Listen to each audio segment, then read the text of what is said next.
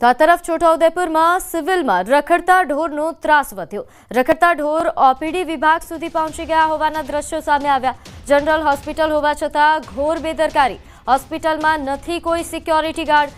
વારંવાર ઢોર અને શ્વાન હોસ્પિટલમાં ઘૂસી જાય છે અને જેના કારણે દર્દીઓને હાલાકી ભોગવવાનો વારો આવે છે।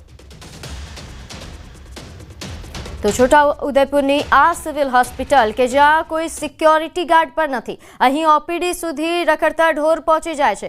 વારંવાર રખડતા ઢોર અને શ્વાને હોસ્પિટલમાં આટાફેરા મારતા નજરે પડે છે।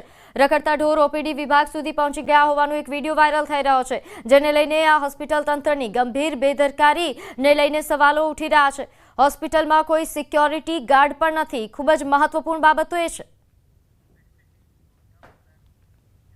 આગળ વાત કરીએ માઉન્ટ આબુમાં ફરી એકવાર રીંછ દેખાયા। અહીં રીંછના મસ્તી ભર્યા દ્રશ્યો કેમેરામાં કેદ થયા છે। માઉન્ટ આબુ પર્યટકો માટે મનપસંદ સ્થળ છે, ત્યારે પ્રવાસીઓ રીંછનો સાથે તેમનો ભેટો પણ થઈ રહ્યો છે। માઉન્ટ આબુના જાહેર માર્ગ પર માદા રીંછ અને બાળ રીંછ જોવા મળ્યો।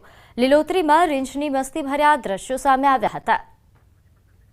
તો માઉન્ટ આબુમાં ફરી એકવાર રીંછ દેખાયા। નોંધે છે કે આ સિઝનમાં રીંછોની અવરજવર જાહેર માર્ગો પર વધી છે। અહીં રીંછના મસ્તી ભર્યા દ્રશ્યો પ્રવાસીઓએ કેમેરામાં કેદ થયા। રીંછ દેખાતા અહીં પ્રવાસીઓ પણ ખૂબ જ આશ્ચર્યચકિત પણ થયા હતા અને સાથે સાથે આ નજારાનો આનંદ માણ્યો।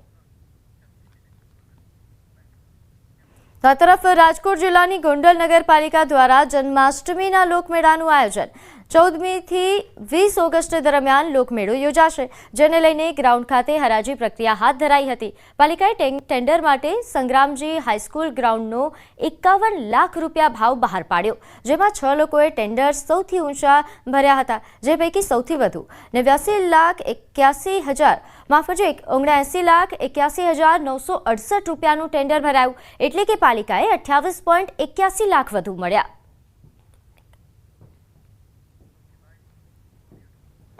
દર વર્ષની જેમ ગોંડલ નગરપાલિકા દ્વારા આ વર્ષે પણ જન્માષ્ટમી લોકમેળાનું આયોજન કરવામાં આવેલ છે, જે આપણી સંગ્રામજી હાઈસ્કૂલના ગ્રાઉન્ડમાં 14/8 થી 20/8 7 દિવસ સુધી યોજાશે। આ વખતે કુલ 6 વ્યક્તિઓએ ઓનલાઈન ટેન્ડર પ્રક્રિયામાં ભાગ લીધેલો હતો, જેમાં સૌથી ઊંચી બોલી 79,81,968 રૂપિયાની આવતા ભાર્ગવભાઈ પરમાર નામના વ્યક્તિને આ મેળાનું ગ્રાઉન્ડ આપણે હરાજીથી ભાડે આપેલ છે।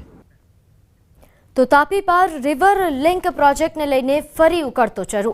કોંગ્રેસના ધારાસભ્ય અનંત પટેલ ફરી લડી લેવાના મૂડમાં છે।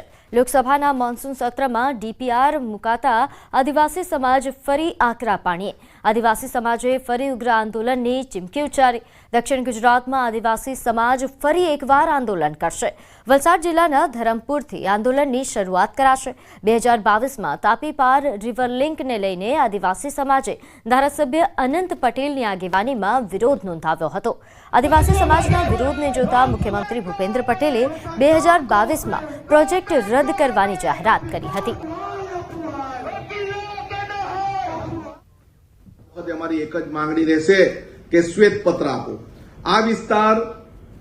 આ વિસ્તારમાં જો ડુબાણમાં આવશે અને આટલા બધા ડેમો બનશે, લગભગ 6 જિલ્લાને અસર થશે, 1 લાખ કરતા વધારે લોકોને અસર થશે, 50,000 કરતા વધારે આદિવાસી પરિવારોને અસર થશે, જંગલને અસર થશે।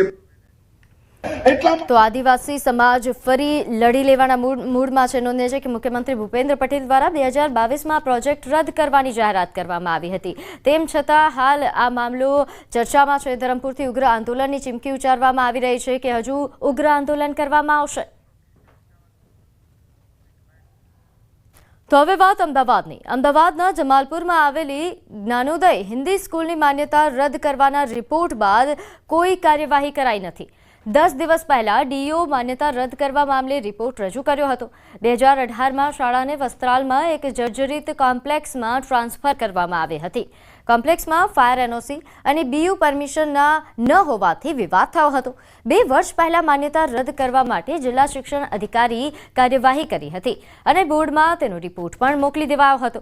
સ્કૂલ સંચાલકનું કહેવું છે કે જમાલપુરની શાળા જર્જરિત હોવાથી વસ્ત્રાલ ખસેડાઈ હતી, તો વિદ્યાર્થીઓ માટે ટ્રાન્સપોર્ટની પણ વ્યવસ્થા કરાઈ છે।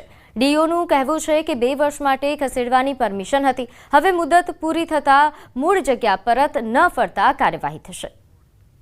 जब से यहाँ आई है पूरे विस्तार में अच्छा परफॉर्मेंस है, बच्चों का परफॉर्मेंस है।